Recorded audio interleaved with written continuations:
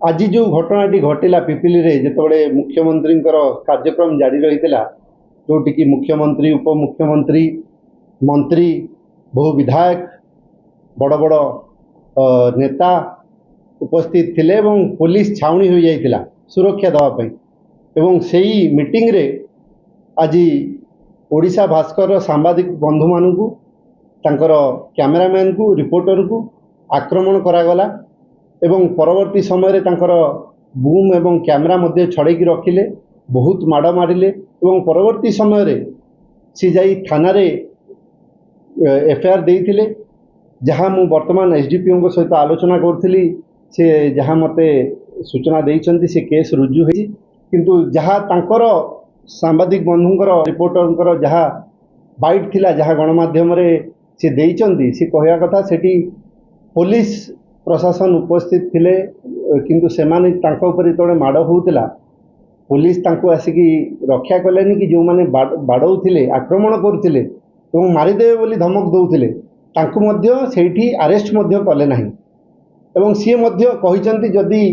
आमे मुख्यमंत्रींकर कार्यक्रम रे जदि सांबादिक बंधु जने सुरक्षित नुहे ताले गोटे साधारण नागरिक केमिति सुरक्षित हो ये बारंबार ये भली घटना घटी चलुची ऑफिसर मध्य ऑफिस रे सरकारी ऑफिस टाइम रे सुरक्षित नुहंती पिपिली तहसील घटना जदि आमे नबा एवं बारंबार ये घटना घटी चलुची एवं वर्तमान जो वीडियो सोशल मीडिया रे गणमाध्यम रे वायरल होउची जो माने आक्रमण करिसंती से माने पिपिली रो छोट मान्यवर एवं पुरी रो बड़ मान्यवर सांसद कर एवं विधायक कर अति घनिष्ठ एवं बीजेपी रो कर्मी नेता निजे उपस्थित रही निजे आक्रमण करिसंती एवं मु अपेक्षा करिछि ए पुलिस प्रशासन एक्शन नहीं पारिबो तो बीजेपी रो नेता एवं तांको कर्मींकर जेतबे ना आसुची आक्रमण करिवार खाली ना आसु नहीं वीडियो भाइराल हेलानी सोशल मीडिया रे जेतबे तांको आक्रमण करूचंती तांको बूम फोपाडुचंती तांको कैमेरा छडेकी नउचंती तांको बाडिया पे कहउचंती पुलिस चुप कोम पाई खाली सेतिकी नुहे जेतबे रिपोर्टर सांबादिक बंधु एवं तांकर कैमेरामैन एफआईआर दवा पे केस रुजु करिया पे जाइथिले सेतबे इमिडिएटली बीजेपी रो पिपिली एनएससी रो एमपी प्रतिनिधि जे एनएससी रे चेयरमैन कैंडिडेट होइकी बीजेपी रु हारी थिले सीए एवं जड़े आउ जड़े कुजी नेता तांकर बीजेपी रो ताकू धरिकी थाना रे आसिकी पहुंची गले सेतबे आपण देखिबे जदी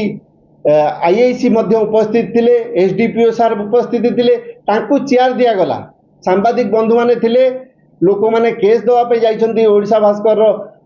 तांकर केस रुजु करिया पे जाइछन्ती किंतु इमिडिएटली एमाने पहुंचिले कोउठी ना कोउठी हमर संदेह होउची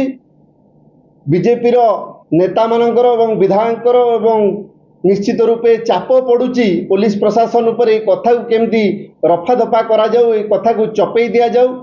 एवं ये सरकार बोधे भूली जाउची किछि दिन तळर घटना जेतबळे जणे ओएस ऑफिसर को ड्यूटी करला बळे आक्रमण हेइतिला सेतबळे ओएस संघर समस्त मेंबर माने संघर मेंबर माने सरकार को चेतावनी देथिले कि जदि अरेस्ट न करिवो आमे ऑफिस जॉइन करिवुनी कलम छाड़ आंदोलन करिवो एवं से माने करथिले मध्य एवं सरकार बाध्य होई एक्शन नेइथिले किंतु एमाने भूली जाउचंती आमर सांबादिक बंधु मानकर गणमाध्यम प्रतिनिधि मानकर पावर केते ये जेत एटा गोटे निंदनीय घटना कारण एठी सांबादिक कौन बड़ भाई कहते आमर जड़े आरआई की मध्य असाध व्यवहार होता से एफआईआर देकी तार मध्य भी एपर्यंत कार्यकारी कौन सी कार्यकारी करा जाएनी एटी जनसाधारण अस्वीकृत महिला माने शेष जहाँ को चतुर्थ स्तंभ बोली कहुए भारत संविधान से मध्य भी असुरक्षित गोटे माने सांबादिक को मुख्यमंत्री प्रोग्राम गोड़े बाड़ेवा गोड़े गोड़े बाड़ेवा आक्रमण कर एक निंदनीय घटना या निश्चित भाव में जदि यार प्रकृत पदक्षेप न नियंती आईएसी न नियंती ताहले बिजु जनता दल तरफ आम निश्चित भाव में सांबादिक बंधु मान सागर अच्छु ନିଶ୍ଚିନ୍ତ ଭାବରେ ଆନ୍ଦୋଳନକୁ ଓହ୍ଲେଇବୁ। ତାଙ୍କୁ ଯେଉଁ ଭଳିଆ ସହଯୋଗ କରିବା କଥା ଆମେ ସାମ୍ବାଦିକ ଭାଇମାନଙ୍କୁ, ଯେଉଁଟା ମାନେ ପ୍ରକୃତ ତାଙ୍କର ହକ୍କୁ ସେମାନେ ତାଙ୍କ ଶ୍ୱାସରୁଦ୍ଧ କରିବା ପାଇଁ ଯେଉଁ ଯୋଜନା କରୁଛନ୍ତି ବିଜୁ ଜନତା ଦଳ ତାକୁ ନିଶ୍ଚିନ୍ତ ଭାବରେ ଦୃଢ଼ ବିରୋଧ କରିବ। ସାମ୍ବାଦିକ ଭାଇମାନଙ୍କ ସାଙ୍ଗରେ ନିଶ୍ଚିନ୍ତ ଭାବରେ ସଦାବେଳେ ଆଗରୁ ଅଛି, ବର୍ତ୍ତମାନ ବି ରହିଛି, ଭବିଷ୍ୟତରେ ମଧ୍ୟ ରହିବ। ଆଜି ମୁଖ୍ୟମନ୍ତ୍ରୀଙ୍କ ପ୍ରୋଗ୍ରାମରେ ଜଣେ ସାମ୍ବାଦିକ କାର୍ଯ୍ୟରତ ଥିଲାବେଳେ ନିର୍ଦ୍ଦିଷ୍ଟ ରାଜନୈତିକ ଦଳର ଜଣେ କର୍ମୀ ତାକୁ ଆକ୍ରମଣ କରିଛନ୍ତି, ଯାହା ଫଳରେ ଇଏ ସରକାରରେ କେହି ସୁରକ୍ଷିତ ନୁହନ୍ତି। ନା ମା ଭଉଣୀ ସୁରକ୍ଷିତ ଅଛନ୍ତି, ନା ସାମ୍ବାଦିକ ସୁରକ୍ଷିତ ଅଛନ୍ତି, ନା ଜନସାଧାରଣ ସୁରକ୍ଷିତ। ବିଶେଷ କରି ଏଇ ପିପିଲିରେ ଜଣେ ମହିଳା ଆର୍ଆଇକୁ ଅସଦ ଆଚରଣ କରାଗଲା, ଆଜି ପର୍ଯ୍ୟନ୍ତ ମଧ୍ୟ ତାକୁ ନ୍ୟାୟ ମିଳିଲା ନାହିଁ। ସେ ଏ ଦୁଆରୁ ସେ ଦୁଆର ବାର ଦୁଆର ବୁଲୁଛି। ଆଜି ସାମ୍ବାଦିକ ଭାଇ ମଧ୍ୟ ସେଇଭଳି ଅବସ୍ଥାରେ ଥାନାରେ ଇତଲା ଦେଇଛନ୍ତି ଏବଂ ତାଙ୍କୁ କିଛି ନିର୍ଦ୍ଦିଷ୍ଟ ରାଜନୈତିକ ଦଳର ଚାପ ପଡ଼ୁଛି, ତମେ ଉଡ୍ର କରିଦିଅ, ଇତଲା ଦିଅ ନାହିଁ, ଭିଜୁଆଲ ଦିଅ ନାହିଁ, ବିଭିନ୍ନ ପ୍ରକାର ଧମକ ଚମକ ମଧ୍ୟ ତାକୁ ଦେଉଛନ୍ତି। ତାହା ଅତ୍ୟନ୍ତ ଦୁଃଖଦ ଘଟଣା ଏବଂ ନିନ୍ଦନୀୟ ଘଟଣା। ଆମେ ଏହାକୁ ନିନ୍ଦା କରୁଛୁ। ବିଜୁ ଜନତା ଦଳ ତରଫରୁ ମୋ ସାଙ୍ଗରେ ଆମର